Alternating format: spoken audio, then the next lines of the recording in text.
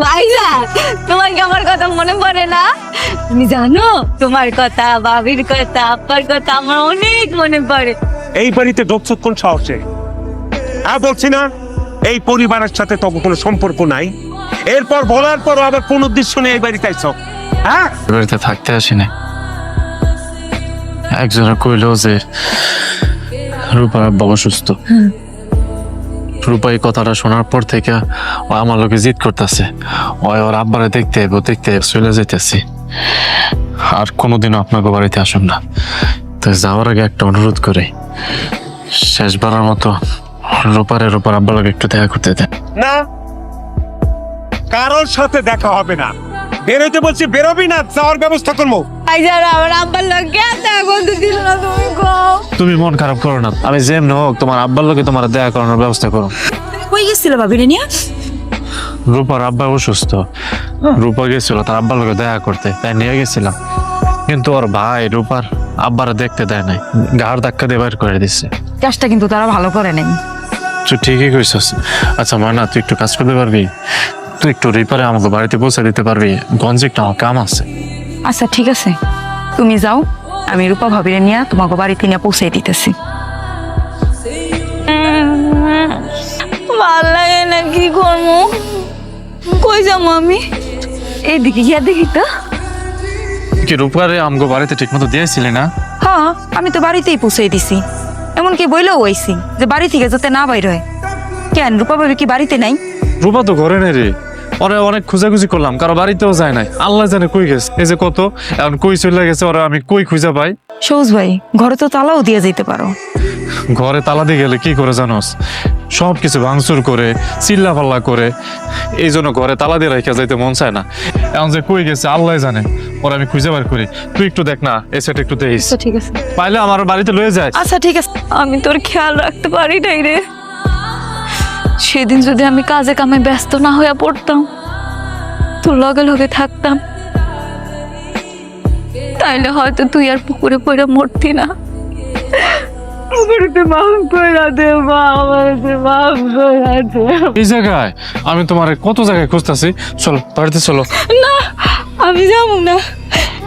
আমগো মাইয়া ফুটফুটে পুতুলের মতো মাইয়াটা কেন সে রয়েছে কেন? ও তো একলা একলা ভয় পাইতাছে। ও কইতাছে, আম্মা তুমি কই, আম্মা তুমি কই? আমি ওর বলে যাবো না, ভয় পাইব। শুধুমাত্র আমার বোনের লাগে আমি আমার মাইয়াটা হারাইছি। ও বাবা, আমার আমার পুতুলের মতো মাইয়াটা, ছোট্ট মাইয়াটা কত ভয় পাইতাছে। আমার সারা আমি আর সারা আমি কি করছি আমার ভাই? শোনো আমার কথাটা শোনো। সৌজ ভাই, আমি তোমার অনেক পছন্দ করি, আমি তোমার অনেক ভালোবাসি, আমি তোমার বিয়ে করতে চাই। তুই জানোস না আমি বিবাহিত, আমার ঘরে বউ আছে। দিন রাত তোমার রূপা ভাবের পিছনে পড়ে থাকতে হয়, ঘর সংসার দেখতে হয়, তাইলে তুমি আয় রোজগার করবা কখন? তুমি যদি আমার বিয়ে করো, তোমার ঘর সংসার সব আমি সামলাম, রূপা ভাবির আমি দেখুন, তার আমি আমার নিজের বোনের মতন করে দেখুন। আমি গরিব, আমার এই বিয়া করলে কোনোদিনও সুখী হইতে পারবো না, সুখে থাকতে পারবো না, ঠিক মতো খাইতে পারবো না। যাই নাও, তার বাপের এত বিলাসবহুল বাড়ি চাইরা তার ফ্যামিলির অমত আমার এই বিয়ে করছে। কিন্তু ভাগ্যের কি পরিণতি, আমাদের সুখটা না বেশি দিন সয় নাই। আমার এইটুকু বাচ্চাটা পানিতে পড়ে যখন মরে যায়, এই কষ্টটা না আমার বউটা নিতে পারে নাই। আব্বা, আব্বা, ও আব্বা, আব্বা গো, তো গো আব্বা, আব্বা গো। তোরা এই বাড়িতে কেন? কে খবর দিছে তোকে? আমি খবর দিচ্ছি? আমি তো খবর দেই নাই। কেন আইছো তো আমার বাড়িতে? কেন আইছো? আব্বা বাইসা থাকতে তো কোনোদিন তারা দেখতে দেন নাই, এখন মরে গেছে, তারা না দেখায় তখন দিয়ে দিতেছেন। আমরা যদি মানুষের কাছে না শুনতাম যে রূপার আব্বা মারা গেছে, তাহলে তো রূপা তার বাপরে শেষ দেখাটাও দেখতে পারতো না। এই সমস্ত নাকে কান্না মায়া কান্না আমার বাড়িতে আমি শুনতে চাই না, আমার মেজাজ খারাপ হয়ে যায়। রূপার আব্বা মারা গেছে, তার আপনি কইতাছেন নেকা কান্না করতেছে? আজকের এই দিনে আমার বাপের লাশ সামনে করে আমি এখানে কোনো সিনক্রিট করতে চাই না। লাশ দেখছস, আর লে ভাগ, আমার বাড়ি থেকে বেরো, এখন বেরো। যাইতেছি, চলো রূপা। এই মানি, হ্যাঁ এই বেটায় তো রীতিমতো আমার লাগে বেইমানি করে গেছে। আরে আব্বাই কেমনে পারলো আমার লাগে এই পেমেন্টটা করতে? আব্বাই তার সমস্ত সম্পত্তি ওই পাগলনি রূপা আর আমার নামে সমান ভাগে ভাগ করে লিখে দিয়ে গেছে। তার মানে আব্বার সব সম্পত্তির অর্ধেক মালিক রূপা? আর আমি তো ভাবছিলাম রূপার উপর রাগ কইরা আব্বাই সব সম্পত্তি আমার দিয়া যেত, সব আমি একলা ভোগ করবো।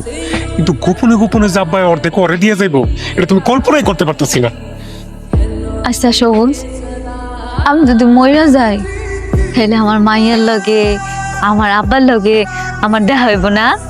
খবরদার রূপা, একদম অলক্ষী কথা কইবা না। তোমার যদি কিছু হয়ে যায় তাহলে আমার কি হইব? সবুজ ভাই, রূপা আপার কি হয়েছে? আমাকে মায়াটা মরণের পর থেকে রূপা খাওয়া দাওয়া সব কিছু ছেড়ে দিচ্ছে। দিন দিন শরীরটা এত খারাপ হইতাছে, কি যেন একটা রোগ দেখা দিছে। তাই এখন ভাবতেছি যে ওরা ঢাকা নিয়ে যাবো। আমি আমার বাড়িটারে বন্ধক দিয়া ওই টাকা লিয়ে ওরা লিয়ে ঢাকা যাবো, বড় কোনো ডাক্তার দেখাবো। চাচা মারা যাওয়ার আগে তার অর্ধেক সম্পত্তি রূপা আপার নামে লিখে দিয়ে গেছে। কিন্তু মরার আগে তো ওর চেহারাটা পর্যন্ত দেখতে চায় নাই। এগুলো সব মিথ্যা কথা। সৈকত ভাইজান আপনার করে মিথ্যা কথা কইছে। তুই এই বাড়িতে, তোর এই বাড়িতে ঢুকতে দিছে কে? ভাবি, রূপার শারীরিক মানসিক অবস্থা খুব একটা ভালো না, ওরে তাড়াতাড়ি ডাক্তার দেখাইতে হইব। আমি গ্রামের ডাক্তার দেখাইছি, কোনো লাভ হইতেছে না। তুই ভাবছস তুই টাকা চাইবি আর মামা বাড়ির মোয়া চাইলে আর দিয়া দিলাম? অসম্ভব। 1 টাকাও না, 2 লাখ 1 লাখ তো দূরের কথা, 1টা টাকাও আমি দেব না। আরে এতদিন পরে আমার ভাইজান আইছে। ভাইজান, তুমি কেমন আছো? দেখেন আমার বোনের হালটা দেখেন, এই সেই কালপিট। দিনের পর দিন আমার সুস্থ স্বাভাবিক বোনটারে নির্যাতন করতে করতে শেষ পর্যন্ত পাগল বানায় থাকছে। তোমার বিরুদ্ধে অভিযোগ আছে, তুমি তোমার স্ত্রীকে যৌতুকের টাকার জন্য মারধর করো, ঠিক মতো খেতে দাও না, ঘুমাতেও দাও না, রীতিমতো শারীরিক এবং মানসিক নির্যাতন। আর তোমার এই নির্যাতনের কারণে সে অসুস্থ হয়ে গেছে, পাগল হয়ে গেছে। আমার বোনের আজকের এই দিনের জন্য ও দায়ী, একমাত্র ও। মোটেও না, আমি একটা মিথ্যা কথা কইতেছি না, বরং আপনি মিথ্যা কথা কইতেছেন। ওকে হাত করা বড় থানায় নিয়ে চলো। জি স্যার। ভাইজান, ওরা আমার সবুজেরে কই নিয়ে যাইতাছে? থানার বড় অফিসার সবুজ একটু দেখতে চাইছি। দেখ না সবুজ লম্বা চূড়া, ওরে পুলিশের চাকরি দিব, কোনো চিন্তা নাই। আমার লগে লাও, বাড়িতে লাও। চাকরি দিব? ভাইতে কই যাবো আমি তোমার লগে? হ্যাঁ, বাড়িতে যাবি? তুই কতদিন ধরে যাস না, আর কত কিছু খাওয়াবো, পিঠাটা বানাবো, আমরা প্ল্যান করে রাখছি। ল বাড়িতে ল, কালকে সকালবেলা সবুজ আমাকে বাড়িতে দেবো, ঠিক আছে? সকালে উঠবো না? আব্বা রূপা কই? ওরে ডাকো।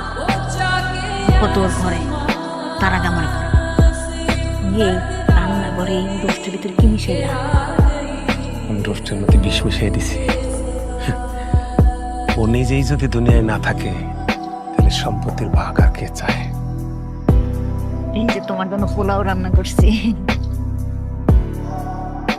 রোস্ট আমার অনেক পছন্দ।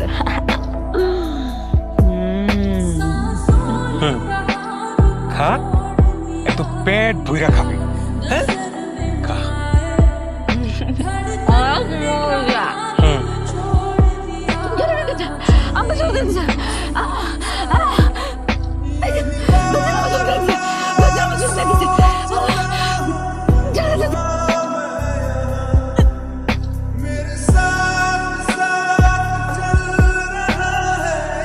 আমার যে কেউ জামিনে আনলো, আমি যে এত তাড়াতাড়ি জেল থেকে সারা পাবো জীবনও ভাবি না। ভাবছি যে কয়েক মাস আর জেল কাটবে। তোমার জন্য একটা খারাপ খবর আছে। আমার আর খারাপ খবর? কি খারাপ খবর? রূপা ভাবি তো আর নাই, ও ভাবি মরে গেছে। কি কইতেছস? রূপা মরে গেছে মানে তো আমার লোকে ফাইজলামি করস? রূপা ভাবি বিষ খাইছিল, হাসপাতালে নিয়ে গেছিল তার ভাই, তারে আর বাঁচাইতে পারে নাই। তোমার মেয়ের কবরের পাশেই রূপা ভাবিরে কবর দিচ্ছে। রূপা,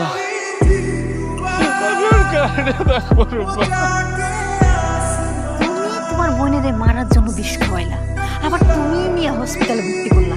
কেউ তো বুঝতেই পারবে না তুমি যে তোমার বোনের মায়েরা ভালো।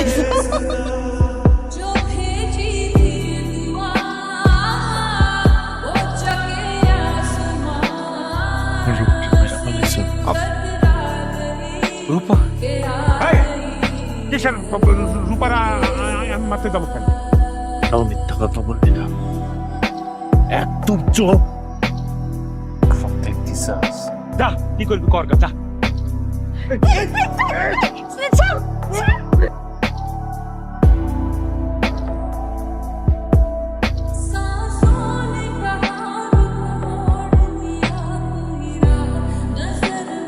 সবুজ ভাই, তুমি এটা কেন করলে? কেন করলে? আমার রূপা থাকবো কবরে, ওই যারা আমার রূপারে মাইরা ফেলাইছে ওরা থাকবো দুনিয়ার বুকে, জেল হয় ফাঁস হয়, তাতে আমার কিছু যায় আসে না। আমার যদি ফাঁসি হয়ে যায় তাহলে আমার রূপার পাশে আমার কবর দিতে কইস। যাই রে, ভালো থাকিস। চলো চলো